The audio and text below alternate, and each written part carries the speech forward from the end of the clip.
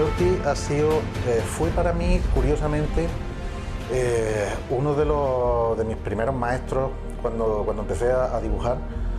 José Ortiz tenía una cualidad interesantísima, y era esa soltura no estudiada que tenía por contra otros dibujantes clásicos, Milton Caniff, Frank Robbins. Tenían una soltura muy estudiada. Pepe González tenía una textura fotográfica que no era fotografía. O sea, sabía dotar a los dibujos de algo que era, yo lo llamo realismo mágico, porque no era realidad. El nivel era increíble, y estamos hablando de gente que incluso estaba empezando. Hay quien puede pensar que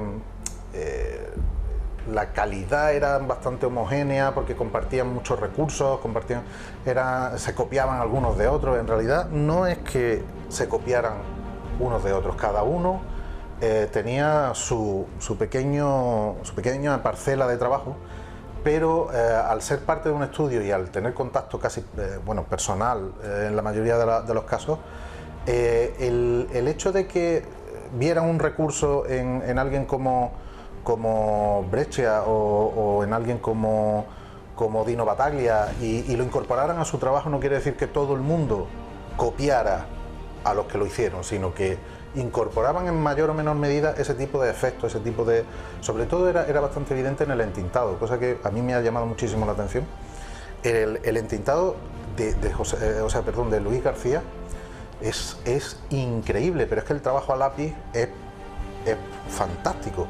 Cuando Luis García hace las crónicas del sin nombre, es un catálogo de efectos en el entintado impresionante. O sea, hasta ahora no creo que nadie en un solo libro haya conseguido hacer un despliegue de efectos tan impresionante como hizo Luis García.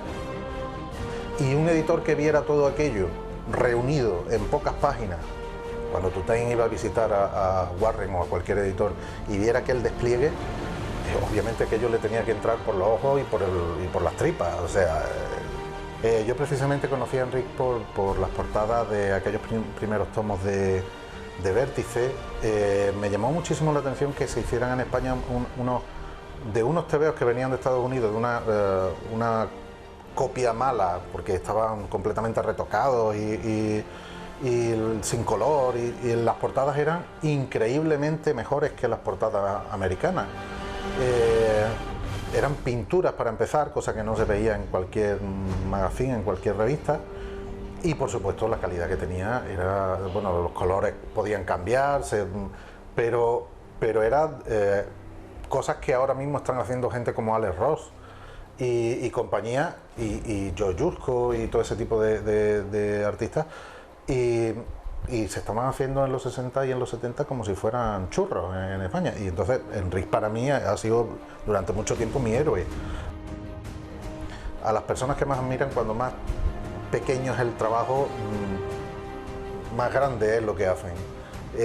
San Julián puede ser una persona de lo más humilde que he conocido en todos los días en este medio, en todos los días de mi vida. Y sin embargo la obra es apabullante. Todo las portadas que ha hecho para libros, para Bantam Books o para todas estas editoriales americanas, aparte de las portadas de Warren, pusieron una pica española en casi todas las editoriales internacionales.